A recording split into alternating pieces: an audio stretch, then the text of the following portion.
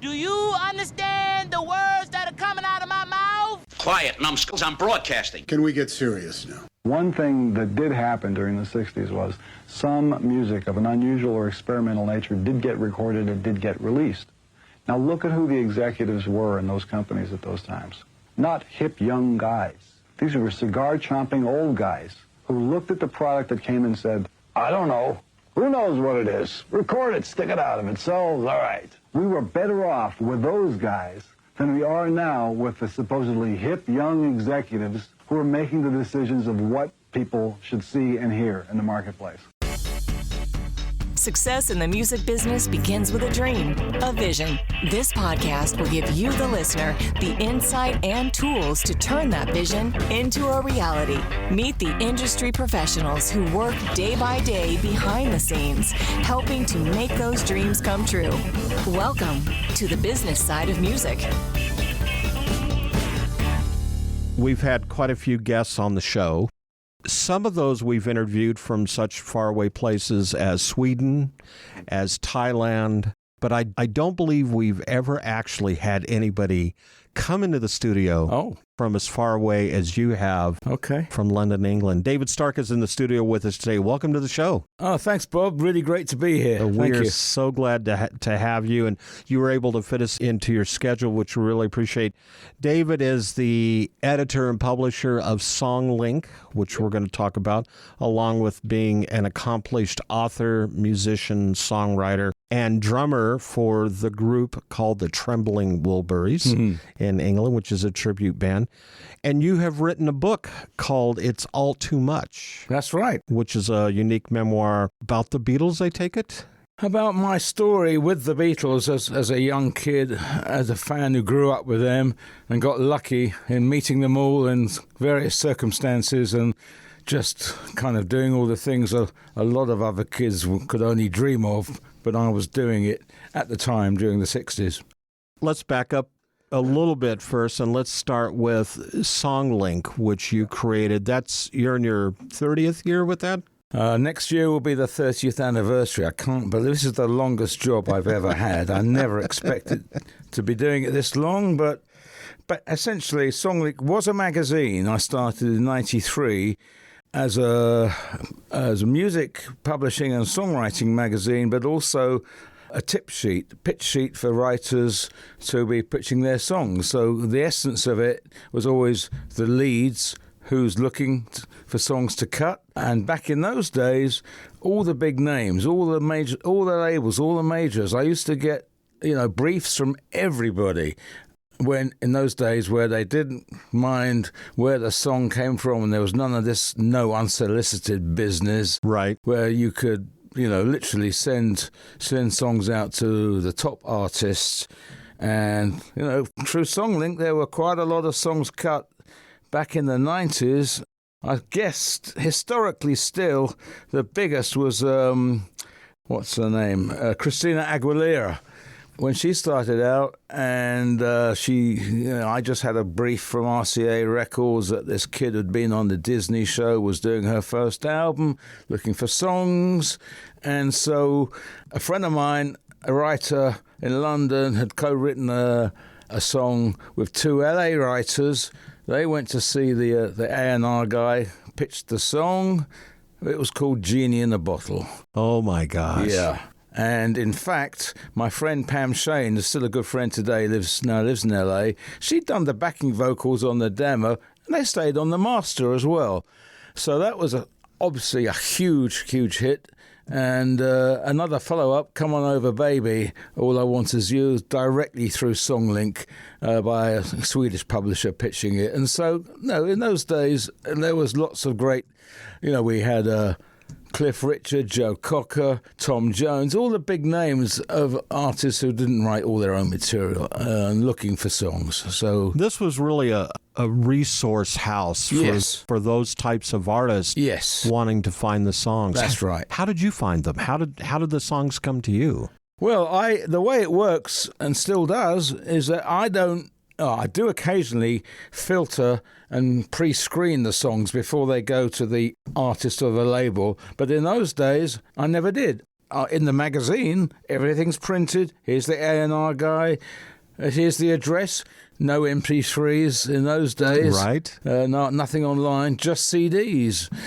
So that's how it worked. That's how it in the good old days. And so I wasn't involved in the pitching process at all, just providing the information. Yeah, so you were somewhat like a clearinghouse. Yeah, I'm a middleman between artist and writer, basically, and between the artist and the label or manager and producer and the songwriter or publisher. Now, is it still a magazine, or is it transformed into something else?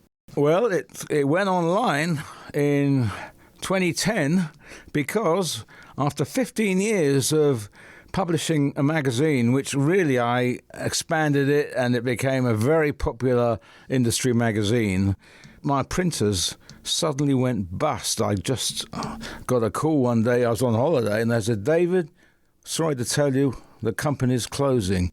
And I've been with them from day one. Oh, they were gosh. a good little company. And by that time, I started out as a monthly, or maybe it was 10 issues a year. But then, because I'd already brought it down to make it quarterly, because internet was coming in then, I figured I'll just do 4 a year by that time. But then they went out of business, and I just thought, now's the time, I'll just take it online.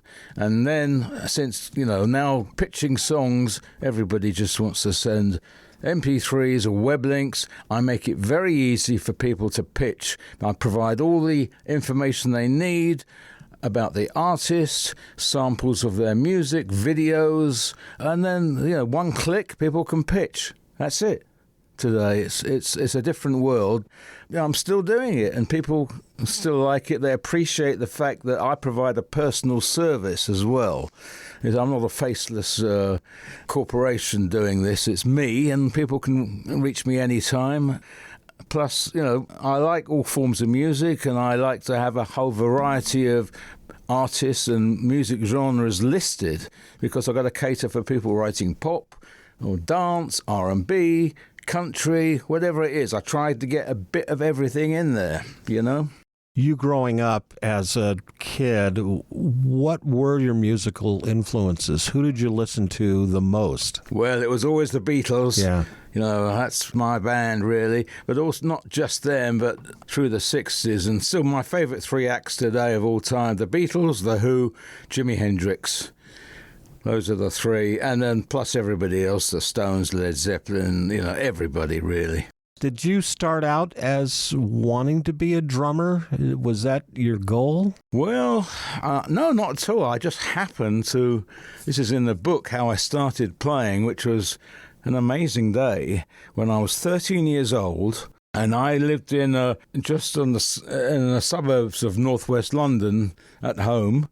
And I had a friend of mine at school lived in St. John's Wood, very famous area near Abbey Road Studios. And I went over to him one day, and he just had his 13th birthday and was given a drum kit for his special birthday. That was set up, and as soon as I saw it, I got to have a go on this kit. And he played it, and he was quite good, and he's another David.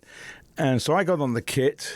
And what I didn't know is that he'd set it up the wrong way round, because he looked at the brochure and just kind of did a mirror image. So he set it up left-handed, which is why I'm still left-handed drummer to this day. But that was the start of it. And I remember sitting there in his room, and we're playing on the record player.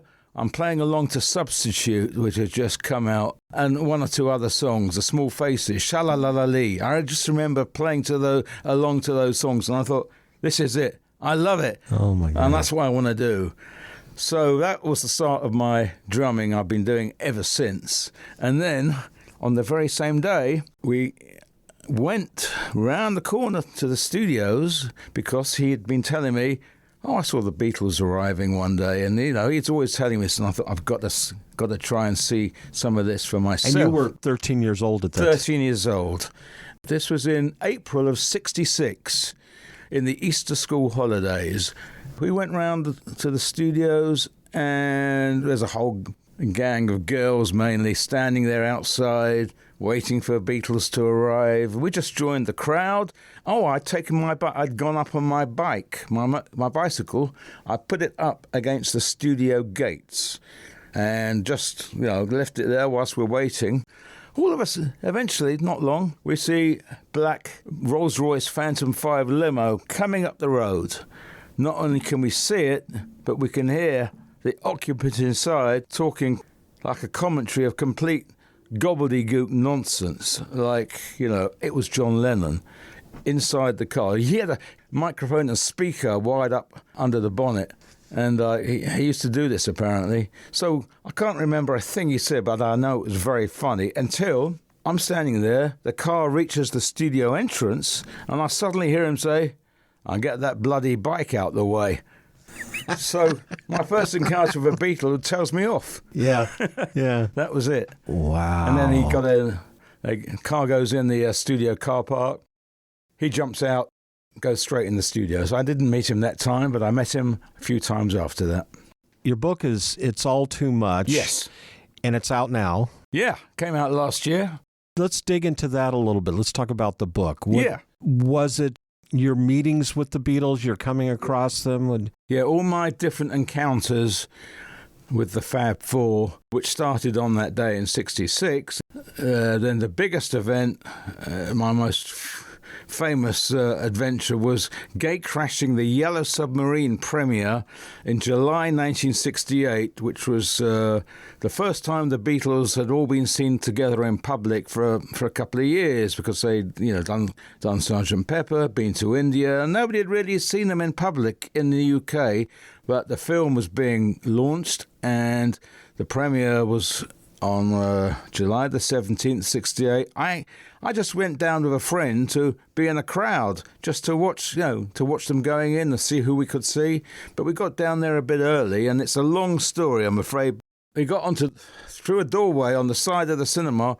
We got up onto the roof of the cinema from about 4 o'clock in the afternoon. We're just standing on the roof looking down at all the crowds gathering, with a few other people up there as well. But kind of right by 7 o'clock, the whole of Piccadilly Circus, the whole area was completely mobbed.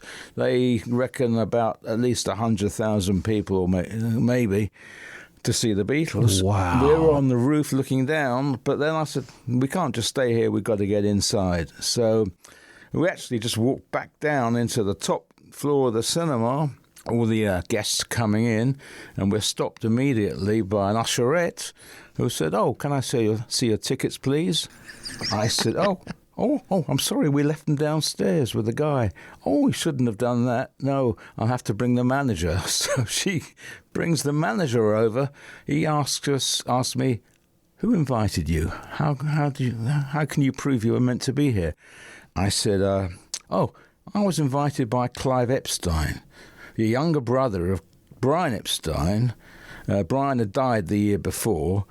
Clive Epstein was the only person I had any connection with, because we met him and his fiancée at the time when we were on holiday 4 years earlier in 1964, at the height of Beatlemania. They were staying as the same hotel as me and my family, and we all got friendly. Pictures of us somewhere all together. So I dropped his name, and the manager said, "Okay, let's go and find him, and he can verify that you're supposed to hear." So he took me and my pal down to what they call the Royal Circle, where all the real celebs are gathering, to try and find Clive Epstein. And I'm thinking, well, I'm in trouble if we find him, and I'm in trouble if we don't. I'm in a no-win situation here. And we couldn't see him. He took me round the bar. I'm looking for him. Couldn't see him, which was thank God for that. And then suddenly I did see someone I recognised, who I'd never met.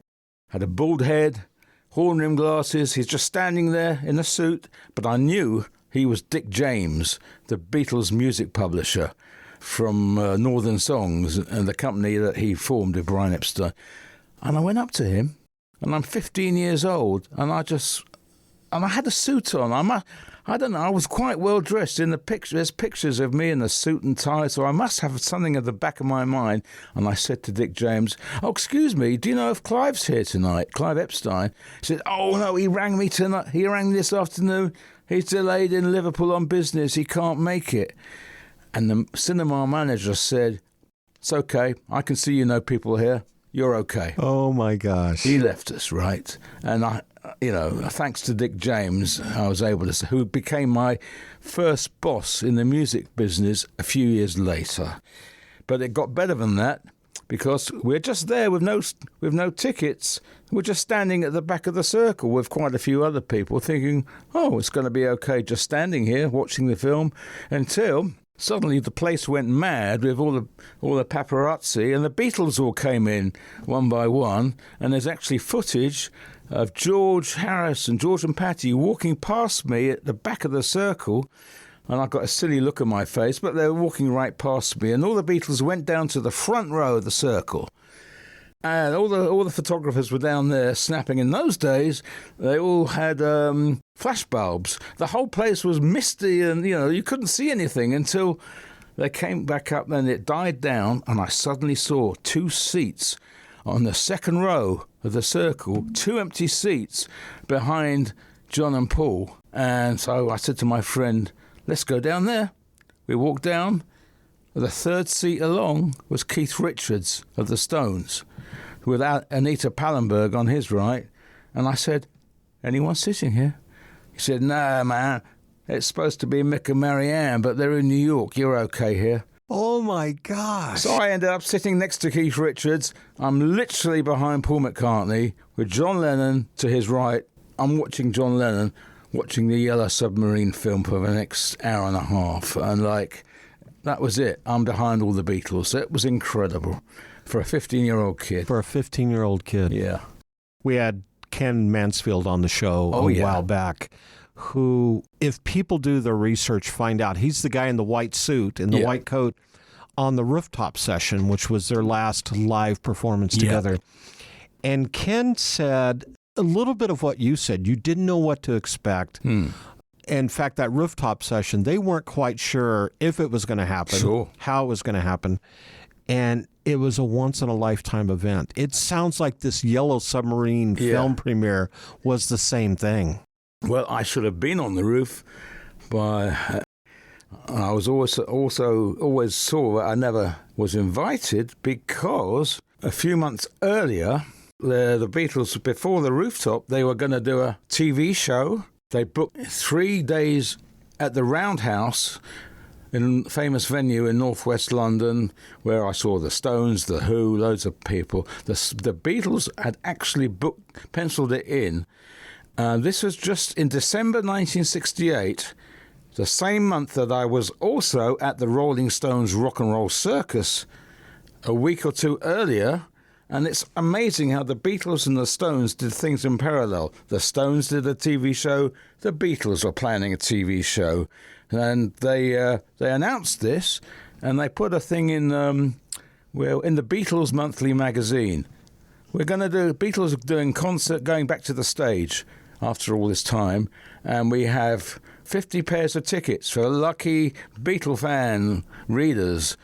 So I wrote in, and I won a pair of tickets to see the Beatles, and they said, "This concert, wherever it's going to be, you'll be going." That's what they said. They didn't, at the time, they said, "We don't know exactly where it's going to be." But they said, they'd also talked about doing it in an amphitheatre in Tunisia and place. It's in the film. This is in the film, the Let It Be film. They talk about the different venues. They were talking about a steamship or... all these possibilities, and that was so fascinating to see it in the Get Back movie. So I was, I knew I'd won, but by that time... we also knew that it wasn't going to happen, and then the Rooftop concert took place. I was at school that day. I was pretty annoyed that I never got invited. Pretty annoyed, but there we go. Eventually, not long later, I got a letter from Beatles and Company, Apple, signed by Peter Brown, who ran Apple at the time, and Ringo, saying, "We're very sorry we can't fulfill our promise to send you these tickets, we're going to send you a consolation prize instead, which eventually came. It was an advance copy of Abbey Road. Abbey Road. Yeah, no, unfortunately not signed, just a regular copy. Did you keep that letter? Oh, absolutely. I'm very proud of that. To have a letter, it's from Beatles and Co., signed, including Ringo's autograph. Lovely piece of documentation. Wow. Yeah, it's all in the book. Yeah, I've got pictures of all my special memorabilia in the book. And the book is called It's All Too Much, which is written by David Stark, who's here in the studio with us today. Hi, I'm Mike Flanders, and please check out my interview on the business side of music. You're listening to the business side of music. As a musician, you have a dream, that vision of what success looks like for you. Though it's not only about the money, money is part of it. Whether you've been extremely successful or you're just striving to maintain a regular cash flow, you need a plan. Money Concepts can help you develop a customized plan to achieve the financial stability and success you want. For over 40 years, Money Concepts has been providing holistic financial planning services to individuals, families, and business owners. As an independent firm, Money Concepts and their associates are committed to always represent the best interest of the client. It's really about a committed, benevolent interest in them personally. This independence, coupled with that committed, benevolent interest, means they represent you, the client, not a product supplier. It's not about selling products, it's about helping you achieve success. To learn how this can benefit you, contact my buddy, John Adams, with Money Concepts at 737-867-9309. That's 737-867-9309. You can also email John at jadams@moneyconcepts.com. Hi, everyone. I'm Larry Butler, and I want to send you a free digital copy of my new book, The Singer-Songwriter Rulebook, 101 Ways to Help You Improve Your Chances of Success. That's right. Everything you need to know to launch your career as a singer-songwriter, all based on my 40 years in the live performance arena, and believe me, I've seen it all. In my book, you'll find the 10 things you have to deal with before even thinking about becoming a singer-songwriter performer. You'll also learn about the 5 things every singer-songwriter can do this weekend to make their live show better. 5 things I can guarantee that you are not doing already. Plus, there's tips on songwriting and staging, photo and video shoots, publishing, merch, dozens of other topics, all written for people who don't particularly like to read. And again, it's free. Just go to the Business Side of Music website homepage and look for my book cover. Click on it, and a free digital copy of my book will be yours. I'm Larry Butler, and I approve of this message. You're listening to the business side of music. When you had the opportunity to meet the Beatles, and you've interacted with each and every one of them at one time or another, was it individually? You obviously saw them at the Yellow Submarine premiere. That was the only time I was with them. Collectively. Yeah, although I saw them once in concert in '65. My parents took me and my younger brother, to see them at Hammersmith Odeon for their Christmas show, which they did. Christmas shows in London 63, 64, and then over 64, 65. We saw them in January 65, and like my diary, I kept a diary as a school kid, and in big letters on that day, I was just written Beatles at Hammersmith Odeon. So we went there. It's the only time we ever saw them play live. And on the bill were bands I had no idea about. One opened by the Yardbirds with someone called Eric Clapton playing, and Freddie and the Dreamers and Elkie Brooks and another artist on the bill. That was my first experience of seeing them as a group live on stage, and then the next time sitting behind them in the cinema, which was 3 years later. You were introduced to John Lennon in a roundabout sort of a way at Abbey Road, I'd get the bicycle out of the way. Oh, yeah. How did you come across all of them individually? Oh, my God, there's so many stories. Well, let me think. John and Yoko got busted and went to court, which is actually also in October '68. I'd read about that the day before in the evening paper to say that they're going to be in court, and it was a Saturday morning, quite unusual in those days. I had no school. I went along to the court just to see, like everybody else. But the thing is, I was caught on camera standing right behind them as they're going into court. I'm literally standing behind John and Neil Aspinall. I was actually trying to follow them to go into the court. But so those pictures have been used in a lot of books, and everyone always used to say, "Oh, yes, David, but he looks like Mick Jagger in it," you know. And then after that, another time, I met John and Yoko in December '69 at another premiere of the Magic Christian film starring Ringo and Peter Sellers and Raquel Welch and people. Not a great film, but the music's fantastic because it was all performed by Badfinger and with the Come and Get It song written by Paul. Great song that the Beatles also demoed. And then it's a long story, but John and Yoko were just there actually standing doing a protest in support of a famous case where a guy had been convicted and executed, hanged for a crime which a lot of people didn't think he'd done. And John and Yoko were trying to protest. His name was Michael Hanratty. And John and Yoko standing there with a big placard saying Hanratty is innocent or something. But there wasn't anybody around them. I just went up to have a chat. And so at 69, I was just 16, 17, and had a chat with them, and they were great. And there's another thing where I'd written a letter to one of the music papers earlier that year. They asked the question, why would anyone want to buy this album by John and Yoko, called Life with the Lions? And it was just weird sounds and kind of recordings of Yoko in hospital when she had a miscarriage. I wrote in straight away saying, it's fantastic, it's the most cosmic thing since sliced bread, I love it. I mean, my letter was published. I won an LP for that letter, which is in kind of June of 69.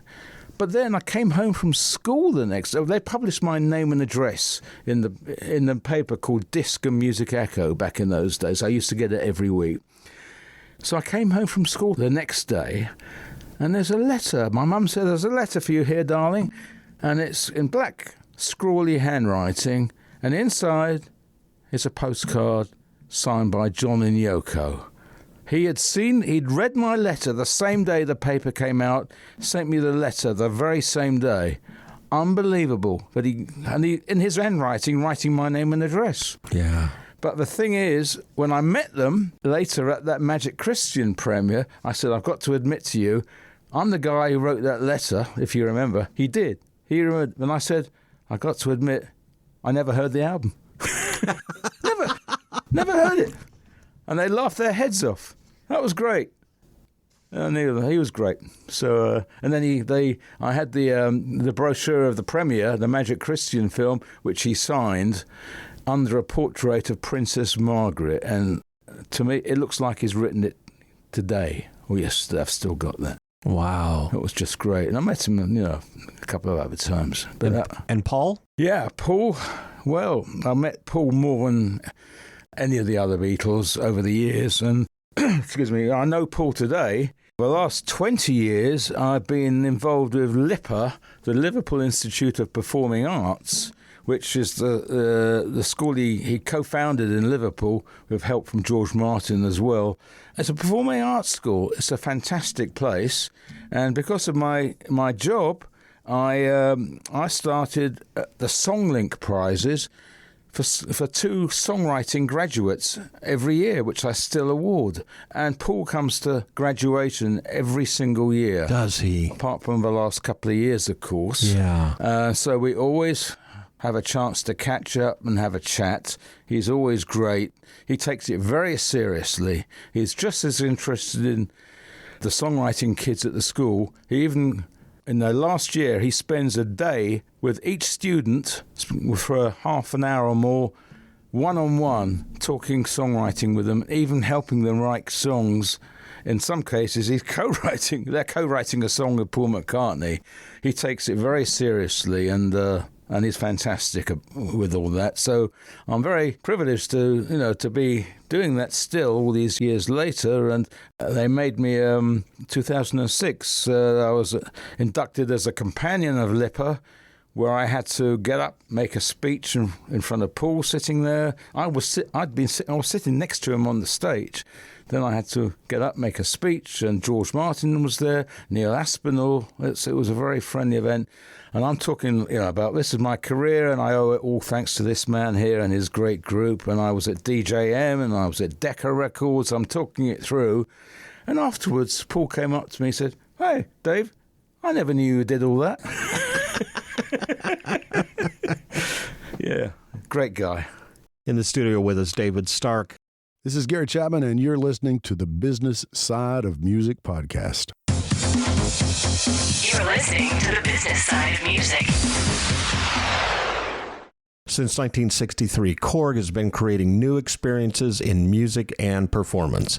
That is what drove the creation of some of Korg's most legendary products, such as the Poly 6, the M1, the Electribe, the Triton, the Minilog, the Kronos, Wave State, Op 6, and most recently the Nautilus, which is what we have here in our studio. Korg is dedicated to creating new, innovative, and uncompromising instruments which maintain the highest quality to inspire music makers, past, present, and future. Visit Korg.com or your favorite Korg dealer to get your hands on one of their products and start creating new music always.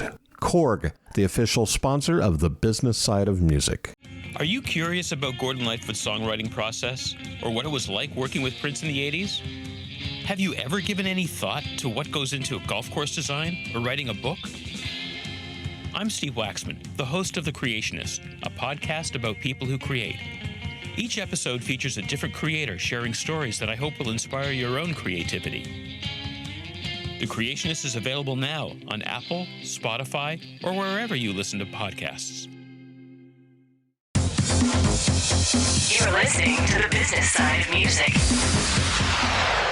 Let's talk about the Trembling Wilburys, because when you think about so many different tribute acts out there, why this?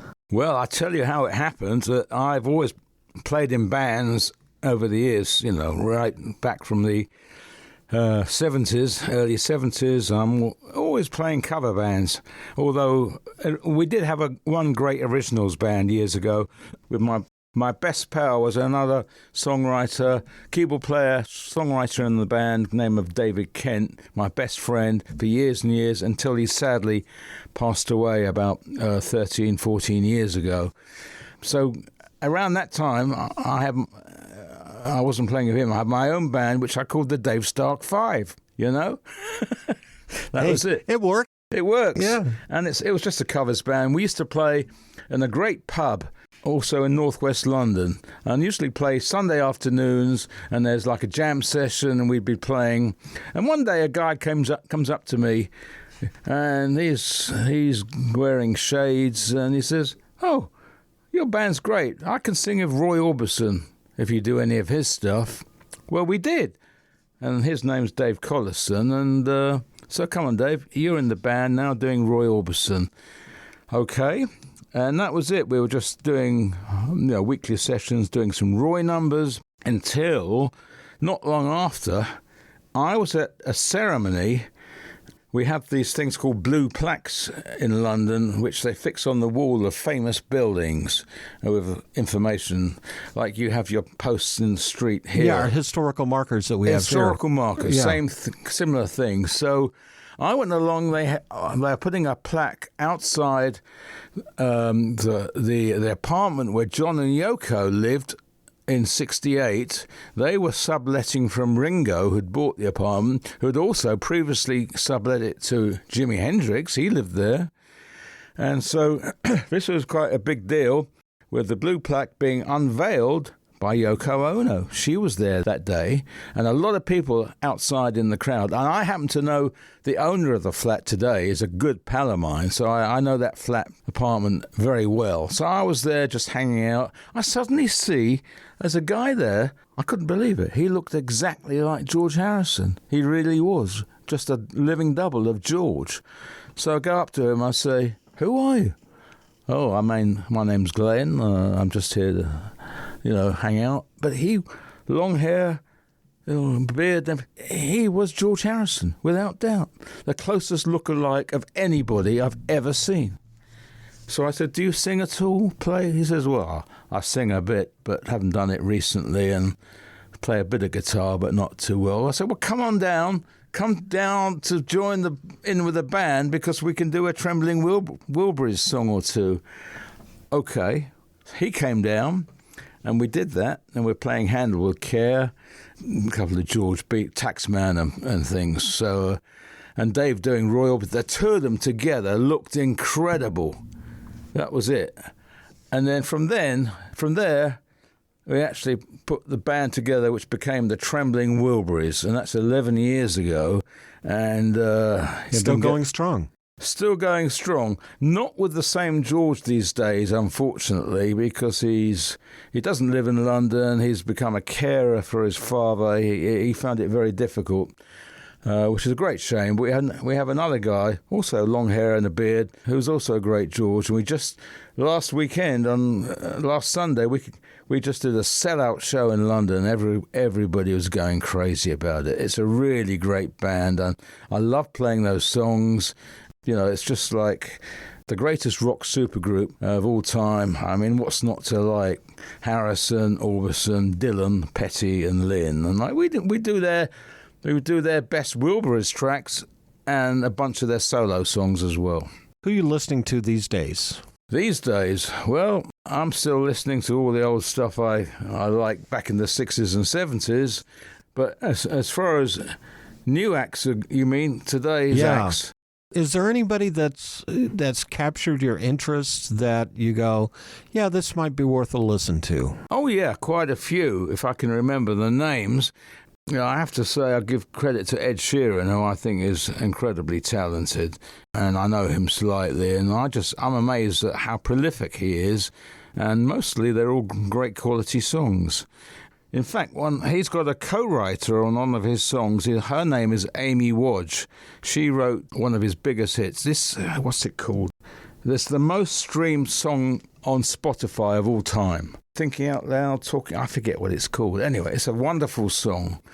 Amy is a great singer and songwriter in her own right. She's a small girl, lives in Bristol. But last night, she co-wrote the song that became second in the Eurovision Song Contest, which was only pipped at the post by the song from Ukraine. Quite rightly. I knew that I guessed that Ukraine would win, but with the public vote, because they have the public and the jury vote. But the UK guy, called Sam Ryder, he won the jury vote, which I was quite amazed at, but that was great. And Amy co-wrote that song. I'm very, very pleased for her, and she's a great artist as well. You and I, we grew up in the 60s and the 70s, and in our conversation on the way over here to the studio, you know, we talked about all the different acts that we listened to. Do you think the future of the music, and I don't want to say the business, because we're not talking about the business, we're talking about the creative side of it. Okay. Do you think the future of music, we will ever see what you and I saw in the 60s and the 70s, that type of, you know, metamorphosis of just great creativity? Do you think it's out there? Do you think it's going to happen again? It's possible, but never in the same way. It can't do. You know, that was the industry, and the culture was evolving through the 60s and 70s. It was all new. You know, I was just watching a film, the documentary on Laurel Canyon the other day. Great film. Great film. My. And you just think all those great writers, just Joni, Crosby, Stills and Nash, Jackson Browne, that whole thing, that was the culture of the time, and that will never be repeated. And it still blows my mind how amazing they were, and I love all that stuff. Yeah, but for today's kids, you know, I think, there's a lot of great bands out there. Absolutely great bands, great artists and songwriters, no doubt. The music's not going to go away. The industry is making more money than ever these days, you know, and at the top end, of course, 95% of all the income is going to the top 5% of the artists and writers, of course, and everybody else is scrambling for the remaining 5%, as we know. So it's a very different world we live in. I'm not really, there's the whole urban rap sound, over here particularly, which is still enormous, which and also just generally, you know, people, I get the impression people really just listening to beats these days, and they don't really care what's on what the content is. Yeah. That's it. It's all changed. It's just stuff people want to rave to and all the rest of it. Right.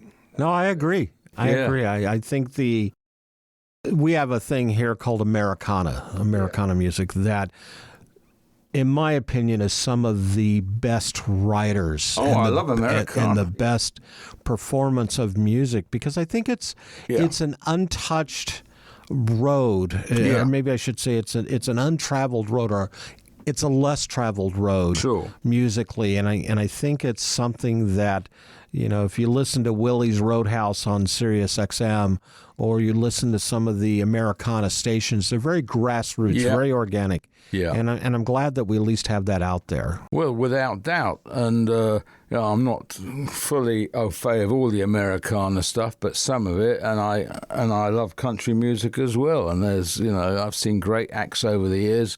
As soon as I came into town, I was down at the Commodore Grill, seeing my good old friend Jan Buckingham and a few other writers, you know, just playing in the round. Always enjoy it. And then, on Thursday night, I was at the Ryman to see Don Mclean. And he'd never played there before. And it was only my second visit to the Ryman. I mean, it's such a legendary place. The only time I'd been there before was over 20 years ago, 25, to see the Everly Brothers. I was so lucky to see them there. Yeah. And I was there at that time with the late Barbara Orbison, Roy's widow, who became a very good friend of mine in the business. And she used to run Roy's publishing company, flying the flag for Roy for many years until, sadly, she died about 12 years ago of pancreatic cancer. But she was a really good friend, and I used to hang out with her at her home in Nashville and in London. So I'm very lucky. My career is my life, and doing what I enjoy, basically. I'm very lucky. You have traveled down a road that many of us would aspire to. That's true. Yeah. David, thank you so much for taking time out of your schedule. I know you didn't have a lot, and really appreciate you coming here to the studio and being on the show. Really enjoyed it.